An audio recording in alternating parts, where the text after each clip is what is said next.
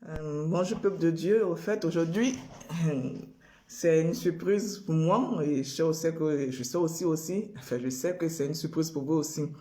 Parce que pour commencer, je ne m'attendais pas à ça, enfin je ne pensais pas que je allais prêcher aujourd'hui.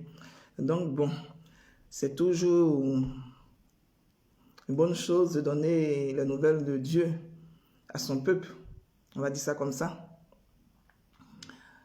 Bon, aujourd'hui on va parler de, enfin je ne vais pas donner des titres mais je vais commencer. Dieu le Père a dit au fait que la femme écrasera la tête du serpent. Parce que c'est à cause du serpent que Adam et Ève ont désobéi au fait à Dieu le Père. Quand on regarde le serpent dans la vie actuelle, on sait que c'est un animal déjà dangereux, qui a un venin qui tue, intelligent à cause de sa manière d'avancer, d'attaquer. Il attaque avec intelligence. Il est lent dans ce qu'il fait. Et puis, je veux dire qu'il examine son périmètre avant de faire quoi que ce soit. Vous comprenez? C'est-à-dire, il ne fait rien sans examiner au fait la situation. Il essaie de mesurer le pour et le contre pour voir si c'est à son avantage ou pas. On va dire ça comme ça. Voilà. Donc, le serpent est un animal dangereux, mais très intelligent. Et en même temps, Dieu le Père a dit que la femme écrasera la tête du serpent. Pourquoi la tête du serpent? Pourquoi cette partie de la tête là a été vraiment précisée, on dit la tête du serpent? Parce qu'au fait, c'est dans la tête que se passe tout. Dans la tête, il y a l'intelligence de l'homme. Dans la tête, il y a quoi? Il y a la vision, en fait. C'est tout ça qui est l'intelligence. La vision, l'intelligence, et puis aussi la vision, l'intelligence et la soumission. Voilà. La vision, l'intelligence et la soumission dans la tête. Il y a l'esprit de l'homme d'un côté qui est connecté au spirituel et il y a l'intelligence qui fait partie de la chair au fait. Voilà, je vais dire ça comme ça. Donc, quand Adam et Ève étaient dans le jardin, le serpent est venu et il lui a dit, si tu manges de ce fruit, tu seras comme Dieu. C'est-à-dire que tu vas produire. Quand il a dit comme Dieu, ça veut dire quoi? Tu pourras enfanter, tu pourras donner des enfants, tu pourras multiplier au fait ta génération. Effectivement, le serpent n'avait pas tort. Non, le serpent n'avait pas tort. Le serpent, c'était le diable. Il connaissait les projets de Dieu, au fait. Donc, il savait de quoi il parlait. Mais l'homme, au fait, ne savait pas jusqu'à où il pouvait partir. Parce que le Seigneur a mis tout, mais il lui a dit, voilà, il a dit à Adam, voilà la moitié, la chair de ta chair, ta moitié. Adam aussi connaissait les projets de Dieu le Père. Il savait au fait que l'homme devait se multiplier. Il savait au fait certaines choses que Dieu n'avait pas dit à haute voix. Alors que nous, quand on lit la parole, on se rend compte que le Seigneur a créé l'homme et la femme pour qu'ils puissent se multiplier, pour qu'ils soient bénis, se marier, se mettre ensemble, se multiplier. Mais Adam, lui, il savait ça. Mais ce qu'il n'a pas dit à Ève, c'est qu'elle devait attendre au fait le bon moment, en fait. Le bon moment, ça veut dire quoi? Quand le Seigneur allait lui donner la bénédiction. Et Adam l'a caché. Pourquoi? Parce qu'il voulait faire pécher la femme et puis après lui aussi profiter. Donc quand la femme a convaincu, le serpent a convaincu Ève au fait qu'elle pouvait être comme Dieu parce qu'elle pouvait procréer, elle aussi, elle s'est levée parce qu'elle ne savait pas qu'il y avait une contradiction. Non, il y avait des limites. Elle est partie et elle a couché avec le serpent. C'est pas un serpent en tant que tel, mais on parle de Lucifer, un ange qui a été déchu, chassé comment on appelle ça, du paradis. Vous voyez? Donc, il a non seulement été chassé, mais il est venu se venger. Il a dit au fait, dans quelque sorte, que moi, jamais je vais me soumettre à l'homme. Moi, je ne vais pas servir au fait des humains. Moi, un ange, je vais servir des humains. Non, c'est pas possible. Voilà ce que l'ange voulait faire comprendre au fait à l'homme. Donc, au lieu de dire ça directement à l'homme, hein, il fait croire à l'homme qu'il vient en aide à l'homme. Il vient tout doucement comme un gentil, il s'avance, il te donne des conseils que tu crois que c'est bon pour toi. avec une certaine douceur, là, et quand tu te lèves, tu vas faire commettre le péché que tu crois au fait être une bénédiction. Quand tu vas commettre ce péché-là, tu te rends compte après que tu as péché, et après tu te retrouves seul. Quand Dieu le Père a dit à Adam, pourquoi tu t'es habillé? Il dit non, que je suis... Adam, comment tu sais que tu es nu? Pourquoi tu es habillé? Pourquoi tu te caches? Donc tu as mangé le fruit. Parce que si tu n'avais pas mangé le fruit défendu, tu n'allais pas te rendre compte que tu étais nu. C'est quand on veut avoir une relation sexuelle, quand on se déshabille. Mais là, tu t'habilles, tu te couvres avec des feuilles. Pourquoi? Parce qu'au fait, tu viens de découvrir au fait la relation sexuelle. Tu viens de découvrir que tu peux procréer. On dit Dieu le Père les a chassés. Dans l'évangile apocryphe, qu'est-ce qui s'est passé? On dit quand l'évangile apocryphe, oui, dans l'évangile apocryphe, je sais pas, André, c'est Thomas, un truc comme ça. Le Seigneur a dit, est-ce que c'est Thomas? Non, c'est pas Thomas. Je crois que c'est Jean, oui. Le Seigneur a dit, le jour, d'abord, Dieu le Père a chassé Adam et Ève du paradis. Ils sont descendus sur terre. Et puis, le jour, Adam et Ève voulaient vraiment procréer. Ils sont allés ensemble. Ils ont eu des relations sexuelles. Et pendant, en fait, que nous sommes des adultes, pendant que on va dire les spermatozoïdes sortaient pour aller féconder la femme qui est Ève, Dieu le Père a stoppé ça. Vous voyez? Donc, Adam pensait au fait que c'était lui qui avait procréé, alors qu'Adam n'avait pas procréé les premiers enfants. Les premiers enfants étaient une bénédiction, en fait. Vous voyez? Dieu a donné ces enfants-là à Ève. Ce n'était pas parce que Adam et Ève sont allés ensemble qu'ils ont eu les premiers enfants, non. Dieu a donné cette bénédiction, a donné les enfants à Ève sans que les spermatozoïdes, excusez-moi, les spermatozoïdes agissent. On va dire ça comme ça. Ça, c'est l'évangile de Thomas qui explique ça comme ça. Donc, vous voyez, pourquoi Dieu a fait ça? De vous, pourquoi il a fait ça? On dit, la parole nous dit que avoir des enfants, c'est une bénédiction. Oui, avoir des enfants, c'est une bénédiction. Ce qui veut dire que si ton mariage est approuvé par Dieu, il n'y a aucune raison que tu n'aies pas d'enfant.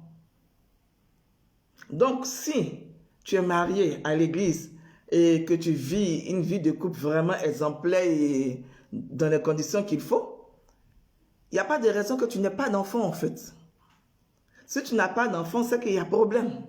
C'est qu'il y a problème. Dans ce cas, il faut faire un examen de ta vie. Il faut réexaminer la chose.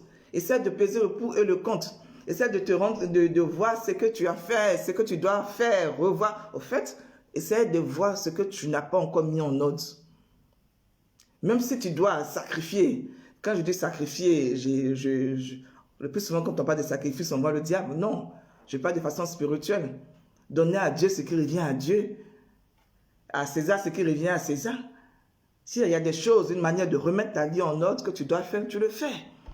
Pour que la bénédiction descende jusqu'à dans tes entrailles, pour que tu puisses enfanter au fait, te multiplier. Parce que c'est ce qui doit se faire au fait. Vous voyez? Donc Adam et Ève ont désobéi. Et Dieu était tellement en colère, il les a chassés du paradis. Parce que s'il les laissait là, dans le paradis, d'abord, il allait avoir désobéissance de la part de tous les anges, de tous ceux qui sont dans le paradis, au Père, au Fils et au Saint-Esprit.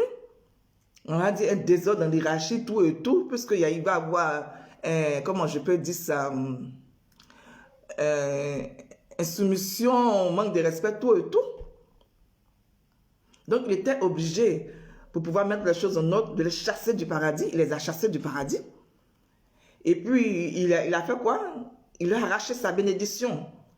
Puisqu'il a dit, vous allez avoir, vous allez souffrir, vous allez avoir l'argent, la sueur de vos fronts. La femme va accoucher, mais elle va souffrir, elle va porter l'enfant 9 mois. En fait, il y a plein de choses qui ont été données, mais ce n'était pas des bénédictions, en fait.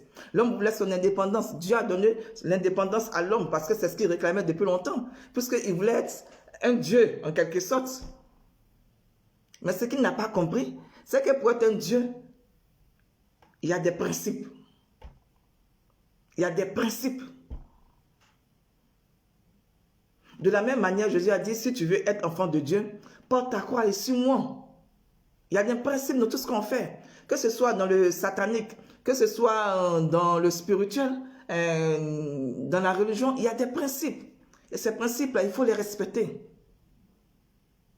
Je vais vous donner un témoignage. Il y avait une soeur, au fait, qui était malade. Et moi, en ce moment, j'étais une nourrice. J'étais, je crois, c'est en 2013, 2014. Ouais, 2014. Début de janvier 2014, bien janvier-février 2014. Voilà. J'étais en Côte d'Ivoire. Je venais de rentrer en Côte d'Ivoire et j'étais nourrice. Et mon enfant avait quoi? Je crois 2 mois. 2 mois. Mon dernier enfant, il avait 2 mois. Et là, j'ai une soeur qui est venue me voir. Je ne sais pas qui lui a dit que moi, je pouvais faire des guérisons. Mais elle m'a fait confiance. Et par amour aussi, j'ai décidé aussi de l'aider. Elle est venue, elle m'a dit, ah, la grande soeur Pélagie, franchement, je sais que tu pries tout et tout. Je ne te dis pas d'aller guérir quelqu'un. Mais je me dis au moins que si tu pries pour une personne qui est malade, peut-être qu'il va avoir effet. Voilà comment elle a commencé. Et puis j'ai dit, ah, moi, je n'ai jamais prié, je n'ai jamais fait de délivrance. Que c'est des choses que je ne fais pas. Elle dit, je sais, mais allons quand même, on va prier pour la personne malade. On arrive là-bas, je me rends compte que c'est une jeune femme comme nous, qui avait quoi, plus de la trentaine, oui, qui était malade. On va parler de dépression. Oui, parce que c'était, je ne sais pas si je peux appeler ça un cas de folie. Quand nous sommes arrivés là-bas, qu'est-ce qui s'est passé? On a prié, on a causé à elle, j'ai vu, on m'a présenté à un moment tout et tout. Et je lui ai dit, ah, j'ai personne pour garder mon enfant. Tu veux que je prie pour la soeur, il n'y a pas de souci. Mais mon enfant ne reste pas là. Donc si tu veux, tu prends mon enfant, tu vas avec lui. Après la prière, je te rejoins, je récupère mon fils. Parce que ces histoires de délivrance, tu ne sais pas comment ça peut se passer. Même quand on chasse un démon, il faut bien qu'il parte quelque part. Mon enfant qui est là, il est fragile. D'abord, il n'a rien demandé et puis il n'y a rien qui dit au fait qu'il peut être protégé pendant ce qui va se passer. Donc tu sors avec mon enfant et puis tu me laisses avec la soeur. Elle dit, ok, il n'y a pas de problème. La première fois, mon enfant n'était pas là. Donc ensemble, on a fait le chapelet. La soeur et moi, on a fait le chapelet. On a essayé de prier pendant 1 heure, 1 heure et demie. Et puis après, je suis rentré chez moi.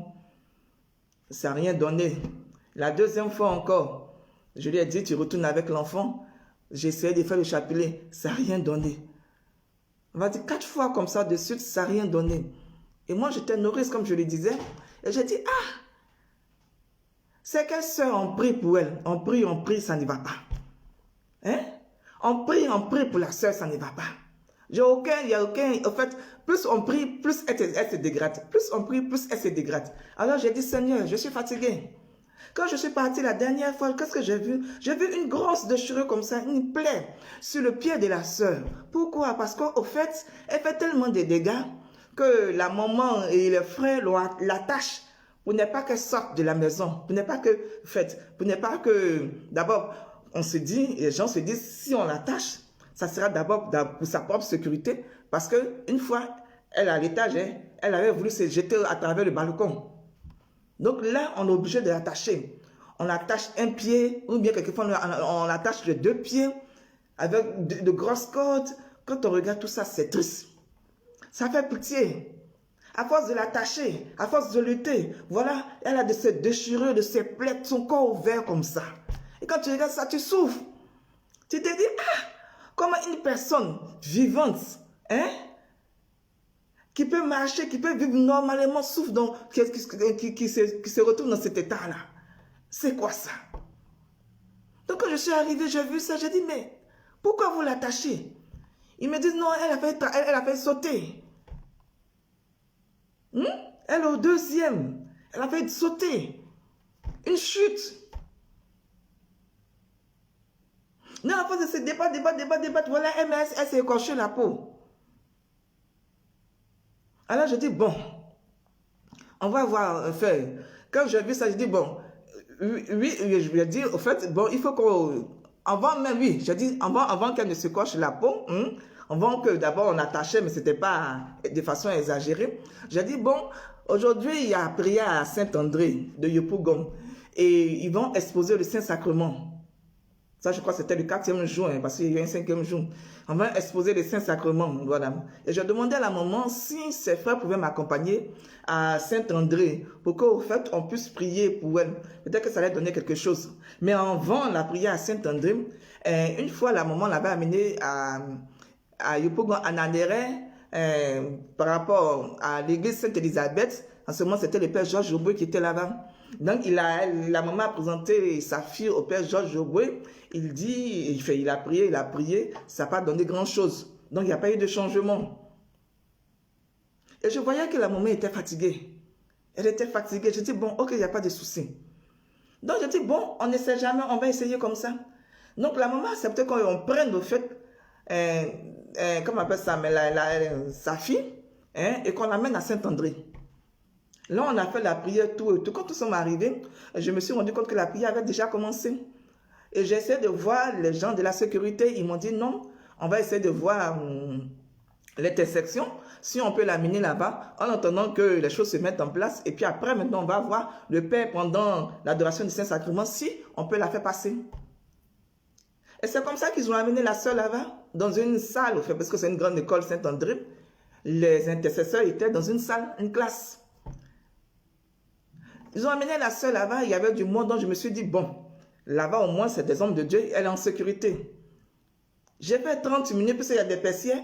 J'ai fait, il n'y a pas de fenêtres, c'est que des trous, voilà. Des persières, on va dire ça comme ça, je crois que c'est le bon français, persières. Et à travers ça, on pouvait voir au fait à l'intérieur de la classe.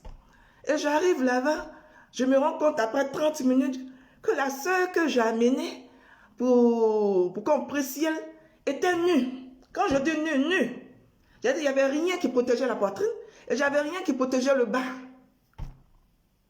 Non, les gens luttaient dans la classe pour pouvoir l'attraper, pour pouvoir la rhabiller. On essaie de l'habiller, elle se déshabille. On essaie de l'habiller, elle se déshabille.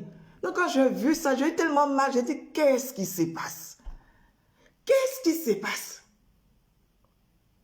Et j'ai fait signe au frère. J'ai dit, mon frère, je sais que ce que nous a mis, c'est un gros dossier, c'est compliqué. Mais est-ce qu'on ne peut pas trouver une solution pour qu'elle puisse s'habiller? Il dit, on va essayer de gérer. Donc, ils sont venus chez elle ensemble, ils ont essayé de l'habiller, tout et tout. Ils ont essayé de la maîtriser, l'attraper. Il y a un qui attrape son bras, un attrape enfin, l'attraper de chaque côté, pour ne pas qu'elle essaie de se déshabiller encore. Et après, ils ont commencé à prier, elle s'est calmée un peu. Après la prière, tout et tout, j'avais le Saint-Sacrement qui devait être exposé. Non, pas exposé au fait, qui devait circuler. Donc, le Saint-Sacrement, quand il a commencé, le père qui était là, qui a fait la messe ce jour-là, je ne me rappelle plus de son nom, il a pris le Saint-Sacrement, il a commencé à circuler. Mais avant, ils avaient déjà exposé le cas de la sœur au prêtre qui devait prendre le Saint-Sacrement. Il a dit, oui, effectivement, vous pouvez amener la sœur, on ne sait jamais, peut-être qu'il va avoir quelque chose de positif. Et qu'est-ce qui s'est passé ce jour-là? Le prêtre, après le Saint-Sacrement, il était en train de circuler dans les allées. Et la sœur, ils ont fait sortir la sœur. Ils ont mis la sœur devant le prêtre qui avait le Saint-Sacrement levé, qui marchait, qui circulait. Et un coup, au lieu de tenir les bras de la sœur, ils l'ont laissé. Et qu'est-ce qui s'est passé? La sœur a commencé à lutter. Le prêtre qui avait le Saint-Sacrement debout. Lui, le Saint-Sacrement était dans la main du prêtre en haut. Là, il tenait le Saint-Sacrement. Il marchait. Et la sœur le luttait. Lui aussi, il tenait pour ne pas tomber. Il luttait. La sœur le luttait. Elle le luttait parce qu'elle voulait prendre le Saint-Sacrement. Elle voulait prendre le Saint-Sacrement pour, je ne sais pas, peut-être projeter le Saint-Sacrement, bien quoi, je ne sais pas. Le prêtre aussi était là. Il tenait le Saint-Sacrement. Il luttait. Comme elle a vu qu'il y avait une lutte vraiment, que l'homme qui était le prêtre avait une force qu'elle n'arrivait pas à combattre. Qu'est-ce qu'elle a fait? Elle a voulu le faucher. Donc, elle était prête à faucher, le taper sur le pied du prêtre. Et puis, il y a une sœur qui a crié, attrapez-la, arrêtez de la regarder, attrapez-la. En fait, ce jour-là, tout le monde était impressionné. Parce que jamais on n'avait vu ça auparavant. Tout le monde était impressionné. On savait que la sœur était malade. Mais le combat qui était en train de se passer en direct, là, avec le prêtre qui avait le Saint-Sacrement debout en haut, c'est en train de circuler, la sœur qui est en train de la lutter. C'était tellement impressionnant que les gens de la sécurité ont oublié au fait leur rôle, qu'ils devaient jouer ce rôle, la tenir la soeur. Donc la dame a crié, attrapez-le, attrapez-le, attrapez-le, ne la laissez pas faire. Et puis après, c'est comme s'ils se sont réveillés. Ils sont revenus à eux et ils ont commencé à attraper la soeur. Ils ont attrapé la soeur, ils l'ont ramenée dans la salle d'intercession. Et c'est après maintenant que, après la prière, après le passage du Saint-Sacrement, le Seigneur, le Dieu, le Seigneur, le Père est parti la voir. Et puis il a dit, je sais pas, il a dit certaines choses à ramener là à la maison, mais continuer de prier pour elle. Ce jour-là, le Saint-Sacrement n'a fait. On va dire Dieu, parce que le Saint-Sacrement, c'est chez les catholiques, c'est Jésus. Jésus n'a pas pu faire quelque chose, il n'a pas fait, n'a pas pu faire, c'est pas le mot, mais n'a pas fait. On va dire Jésus n'a pas voulu faire quelque chose pour elle ce jour-là. Vous voyez? Et après, on l'a ramené à la maison. Moi, j'ai dit, j'étais nourrice. Après la prière, je suis partie à la maison et je me suis occupée de mes enfants. Et le lendemain, vous savez, le lendemain, je suis partie chez la soeur malade pour essayer de voir au fait comment ça s'est passé, tout et tout. Et j'ai demandé à la maman comment ça se passe. Elle dit ça va pas, que franchement, voilà, hier, elle ne voulait pas rester tranquille, elle était obligée de l'attacher, d'attacher ses pieds. Et voilà, la plaie qui était petite a grossi. Mais quand j'ai vu le creux de la plaie, j'ai vu comment la plaie avait grossi. J'ai eu tellement mal. Je me suis dit, ah, on fait comment maintenant? J'ai dit, Seigneur, on fait comment? Seigneur, on fait comment? Je me suis assise. On dit ce genre de démons-là, il y a des démons qu'on chasse avec le jeûne et la prière. Je me suis assise, j'ai dit, Seigneur, moi je n'ai jamais chassé des démons. Je viens, je prie pour la soeur. Je viens, je prie pour la soeur. Tout ce que je peux faire là, c'est ça. Je prie pour la soeur, je prie pour la soeur. Et l'amour que j'ai pour cette soeur-là est tellement grand. Le désespoir que j'ai, la souffrance en la regardant est tellement grand. Seigneur, je fais quoi maintenant? Qu'est-ce que je fais? Qu'est-ce que je fais? Ce jour-là, j'étais seule avec elle au salon. Elle était couchée avec la corde attachée à partir de ses pieds jusqu'à la fenêtre. Et puis je demandais si je devais rester seule. Elle a dit non, il y a son frère qui est dans la chambre. Ce qui veut dire qu'au pire des cas, si elle essaie de se débattre, il y a quelqu'un qui peut venir quand même m'aider. Parce qu'au fait, cette soeur-là, elle avait une de ses forces-là. D'abord, elle était en forme, bien en forme. Et elle avait une de ses forces, je ne sais pas où elle a enlevé ça, mais vraiment, elle avait la force. Et je me suis assise. Je me suis posé une question. J'ai commencé à discuter un peu avec le Seigneur. J'ai dit, mais, papa, j'ai donné tout ce que je pouvais donner. Est-ce que j'ai eu tort de venir? Est-ce que j'ai mal fait de venir? Qu'est-ce que je devais faire que je n'ai pas pu faire? Ou bien quelle est la négligence? Qu'est-ce que j'ai négligé? Je suis passé où? Qu'est-ce que je n'ai pas fait? Il faut m'expliquer. Et le Saint-Esprit me dit, Pélagée, en ce moment, je n'avais même pas commencé mes écrits. Hein. Je n'avais même pas commencé à écrire sur Facebook, tout ça, rien du tout. Hein. Le Saint-Esprit me dit, tu t'occupes des personnes âgées. Tu sais que les gens qui ont Alzheimer, là, hein, on les fixe, on les regarde. Donc, il faut la fixer, tu vas la regarder. C'est en ce moment-là que je me suis rendu compte que je devais faire un corps à corps avec l'esprit qui se trouvait en elle. Vous voyez? On dit, nous sommes esprits. Nous sommes esprits. Nous sommes esprits dans un corps humain. On va dire ça comme ça, lui, esprit dans un corps humain. Donc, en nous, il y a un esprit. Et il y a aussi notre intelligence.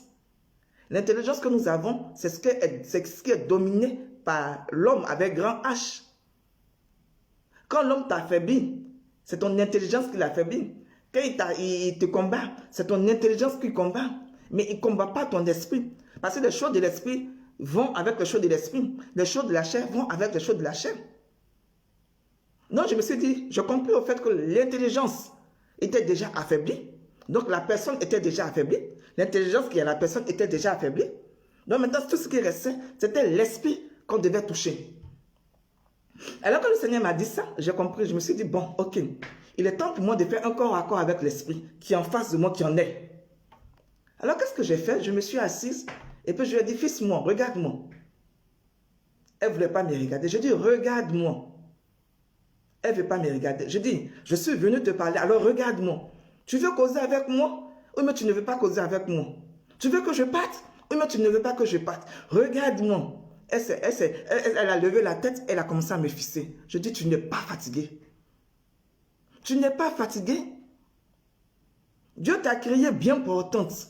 Mais regarde ce que tu fais de ton corps, esprit qui est en toi. Regarde ce que tu fais de ton corps. C'est ce que tu veux, c'est comme ça que tu veux vivre.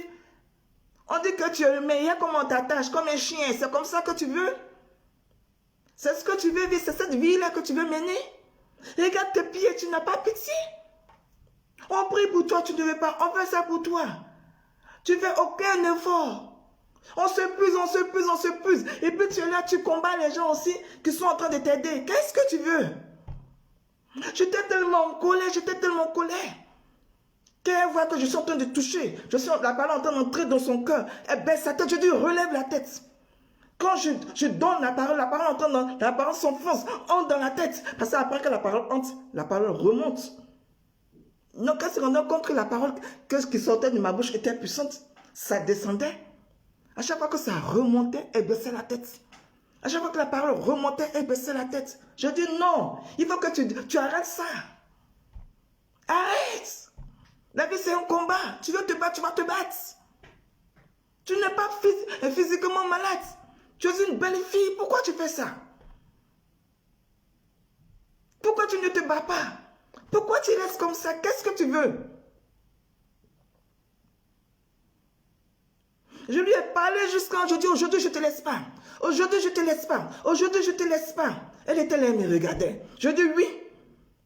Je sais que je ne m'adresse pas à toi. Je m'adresse à l'esprit. Et comme on le dit, le combat, ce n'est pas le combat de la chair. Dieu n'a pas de problème avec la chair. Dieu a un problème avec l'esprit. L'esprit qui est en nous. Alors, qu'est-ce qui s'est passé? Quand je lui ai dit ça, elle a baissé la tête. Et puis je lui ai dit, je crois que j'ai assez parlé, j'étais assez moralisée comme ça. Non, je te laisse. Je rentre chez moi parce que je suis nourrice. Je vais m'occuper de mes enfants. Mais quand je vais revenir, je ne vais plus jamais entendre ça. Parce que trop, c'est trop. Tu ne vas pas déranger tout le monde quand même. Tu ne vas pas déranger tout le monde. Quel est l'effort que tu fais? Quelle est la part que tu amènes? Est-ce que tu veux être guéri? Mais quand j'ai fini, qu'est-ce qui s'est passé? Je lui ai dit, ah, le Seigneur m'a dit, tu peux partir. J'ai dit, je peux partir. Il dit, oui, tu peux partir, pour toi, c'est fini. Donc, je me suis levée, je suis partie. Et le lendemain, la fille s'est levée. La fille malade s'est levée. En fait, je ne sais pas comment je vais vous expliquer ça. Je ne sais pas si je venais de faire une délivrance ou bien quoi, mais je pense que j'ai fait un travail quand même. Elle s'est levée, elle est devenue normale. En fait, elle s'est lavée, elle est devenue normale comme nous. Il n'y avait plus de dépression. Il n'y avait plus de dépression. Et sa maman a dit à ma camarade, la petite soeur qui m'a amenée vers cette famille-là, où est la soeur qui est venue prier pour ma fille là, je veux la voir. Où est la soeur qui est venue prier pour ma fille, je veux la voir. Donc, comme on appelle ça même, la maman a cherché à me voir et quand elle m'a vu, elle voulait se mettre en genoux, me dire merci. Je dis non, maman, on ne fait pas ça. Non. D'abord, c'est ma soeur. De deux, ce que j'ai fait pour elle, hein, c'est ce qu'une soeur fait pour sa soeur. Donc, prier. Un enfant de Dieu qui prie pour sa soeur, c'est normal. Donc, je priais pour elle. Donc, tu n'as pas besoin de me dire merci. Et puis, plus jamais, maman, s'il te plaît, ne te mets pas en genoux. Là, elle dit, ok. Je dis, mais c'est comment chez la soeur? Comment ça progresse? Elle dit, ça fait une semaine que ta soeur ne déprime plus. Tout va bien. Elle se lève, elle vit normalement comme tout le monde. Que franchement, je ne sais pas si ça va revenir. Je dis, ah, maman, ce qu'on peut faire, c'est de continuer dans la prière. Mais moi, franchement, je ne peux plus venir comme je venais avant parce que mes enfants sont nourrices. Et puis, je n'ai plus de servantes. Hein? Parce que chez moi aussi, ça n'allait pas. Je portais ma croix en ce moment. Les choses se compliquaient de jour en jour. Ça se compliquait, ça se compliquait. Donc, je ne pouvais pas être là-bas avec mes enfants. Je ne pouvais pas être là pour elles. J'étais un peu partagée. Moi aussi, j'avais mes problèmes et tout se compliquait. Donc, j'ai dit, maman, là, je ne peux plus au fait. Ce que je pouvais faire, c'est ce que j'ai fait. Et après, je suis partie voir le père Georges Joubert. Je dis, ah, mon père, voilà ce qui s'est passé. J'ai prié pour une soeur. J'ai commencé à décrire la soeur. J'ai prié. Et dit, mais cette soeur-là, je la connais. Elle est venue, si j'ai prié pour elle, ça n'a rien donné. Comme tu entends de prier pour elle, ce que tu entends de m'expliquer, voilà une prière. Il faut prendre, tu fais la prière, c'est pour te protéger. Il dit donc, je peux continuer de prier pour elle, mais en utilisant cette prière pour me protéger. Il dit oui. En fait, je comprends au fait qu'il était en train de me dire, comme tu n'es pas, tu ne fais pas de délivrance, bon, il est bon pour toi aussi de te protéger. Non, j'ai dit ok, j'ai fait la prière, tout et tout. Et je ne partais plus comme je partais avant, parce qu'au fait, moi aussi, je m'enfonçais dans mes problèmes. Non, tout ça pour vous dire quoi? Hein? Qu'aujourd'hui, là, si le peuple de Dieu comprend que l'esprit qui est en nous ne peut être touché, parce que l'esprit qui est en nous ne meurt pas, le peuple va comprendre au fait qu'il n'est pas en esclavage. Jamais le peuple a été en esclavage. Vivre en soumission, vivre la soumission, et puis être en esclavage, c'est deux trucs différents. Je suis esclavage de telle personne, je me soumets à telle personne, c'est deux trucs différents. Jésus a dit qu'on allait porter notre croix. Quand Jésus portait sa croix, il a dit quoi à son peuple? Ne pleurez pas sur moi, mais pleurez plutôt sur vous et vos enfants. En ce moment, Jésus prolongeait au fait dans le temps. Il se prolongeait dans le temps. Il disait au fait qu'il va se passer des choses. Que vous allez souffrir. Jésus était en train de faire allusion à l'esclavage. Il disait que vous allez souffrir. Vous allez souffrir. Effectivement, il y a eu l'esclavage, il y a eu la souffrance. Et les choses s'empiraient. Ça s'enfonçait. Les gens souffraient. Le peuple de Dieu a été traité comme de moins que rien. Non seulement en vend le sang versé, on a fait couler le sang en abondance. Mais aujourd'hui encore, c'est l'esprit des gens qu'on touche. Pardon, pas l'esprit, l'intelligence des gens. Une forme d'esclavage encore qui continue. On te dit, tu es libre. Dieu te dit, ton esprit est libre. L'homme te dit, tu es libre. Enfin, il te dit, tu es libre, mais qu'est-ce qu'il fait? Il joue sur ton intelligence. Il joue sur ton intelligence. Or, si l'intelligence ne fonctionne plus, ton intelligence se pose problème, ta personne va suivre. Ta personne va suivre. Si on te dit à longueur de journée, tu es bête, tu es bête, tu es bête, tu es bête, mais tu vas agir comme un bête. Tu ne vas jamais vouloir réfléchir. Tu ne vas plus réfléchir. On te dit tu es bête, à quel moment toi-même tu vas te lancer des fleurs? À quel moment tu vas te dire aujourd'hui je vais me lever, je vais faire des efforts sur moi? À quel moment? Mais tu tues au fait le courage qui est en toi. Tu tues le courage qui est en toi. Et c'est ce qui se passe aujourd'hui. C'est ce qui se passe aujourd'hui. Nos présidents africains, on l'a fait croire quoi? Qui croient que d'abord, l'Afrique est un pays colonisé, d'accord? C'était un pays colonisé. Je suis d'accord. Mais l'Afrique est un pays pauvre. Ça, je ne suis pas d'accord. Le Seigneur a dit, retire tes sandales. Le lieu où tu te trouves est un lieu béni. On te dit dans la Bible, c'est le début et la fin. On te dit ta bénédiction, tout se trouve dans la Bible. Je suis Alpha et Omega. Le Seigneur dit, le lieu où tu es là, c'est un lieu béni. Le Seigneur a déplacé son peuple pour l'amener sur une terre bénite. Je suis ivoirien, je viens de la Côte d'Ivoire. Je sais que dans mon pays, là, le président qui était là a compris au fait que sa richesse, là, ça vient au fait de la terre. Mais ce n'est pas le sol que le Seigneur a béni. Ce n'est pas la terre que le Seigneur a béni. La richesse de la Côte d'Ivoire, c'est fait sur quoi? C'est pas sur l'agriculture? C'est pas sur l'agriculture que tout s'est reposé? Excusez-moi. C'est pas sur l'agriculture que tout s'est reposé? Même si, je dis même si, on nous donne des présidents qui refusent d'assumer ce pourquoi ils sont là, je dis quand même, le peuple ne peut pas s'endormir. Le peuple ne peut pas s'endormir et le peuple n'a pas le droit de s'endormir. Parce que tu t'endors, toi, enfant du peuple, toi, peuple de Dieu, tu t'endors. Mais tu tues tout le monde. Tu tues tout le monde. Tu as la parole, tu as l'onction et tu t'endors. Tu t'endors, tu tues les gens. Tu tues les gens. Dans la religion, on parle de la soumission. Mais si Jésus a parlé de la soumission, Jésus a parlé de la soumission par rapport à la parole. Jésus a parlé de la soumission par rapport à Dieu son Père. Mais à quel moment Jésus s'est soumis à une autorité? À quel moment Jésus s'est soumis à une autorité? Jamais. Jésus a dit respectez la loi. Jésus a dit je ne suis pas venu changer la loi. Je suis venu pour que la loi soit encore mieux. Donc à quel moment Jésus s'est soumis à une autorité? Jésus a dit ma vie c'est moi qui la donne. Ce qui veut dire que quand on paye on donne de l'argent, hein? On donne de l'argent à un peuple, à un groupe de personnes qui vivent dans la pauvreté pour les tuer ou bien pour les faire des coups d'État. Si on s'assoit, on réfléchit, on va se rendre compte que c'est ton semblable, tu as dit, c'est ton frère, c'est ton semblable que tu es en train de tuer. La pauvreté, ce n'est pas une malédiction. La pauvreté, ce n'est pas une malédiction. Les gens viennent, ils appauvrissent l'Afrique. On vient appauvrir l'Afrique. On vient appauvrir l'Afrique. Celui qui dit qu'il n'a rien, à lui, on va enlever encore. Si chaque matin, tu te lèves, tu dis, je n'ai rien, je n'ai rien, je n'ai rien. Mais ils vont venir te prendre encore des choses. Ceux qui disent qu'ils n'ont rien, là, ce n'est pas des génocides qui provoquent. Pardon. Ceux qui disent qu'ils ont de l'argent, là, ce n'est pas des génocides qui provoquent. Les matières premières, là, ça vient d'où? C'est de l'Afrique que ça vient. On te dit ton sol est béni. On dit le lieu où tu te trouves est béni. Il y a des sous-sols dans le monde entier qui n'ont aucune richesse, qui n'ont rien, aucun diamant, rien du tout. Même pas un gramme d'or. Mais toi, on te dit le lieu où tu te tiens est béni. Pourquoi tu veux tendre la main aux gens riches? Pourquoi? Quand j'imagine des églises, au fait, j'imagine des églises qui font de ces quêtes-là, qui ont une bonne partie, on va dire, un fonds de caisse, au lieu de prendre l'argent pour aller déposer dans des comptes, s'ils essaient de développer, ils essaient de favoriser le retour de l'emploi à la terre, non seulement ils donnent du travail aux gens qui sont dans l'église, parce qu'il va y avoir des commerçantes, il va y avoir des soeurs qui vont dresser des tables, qui vont faire des commerces, qui vont ouvrir des magasins.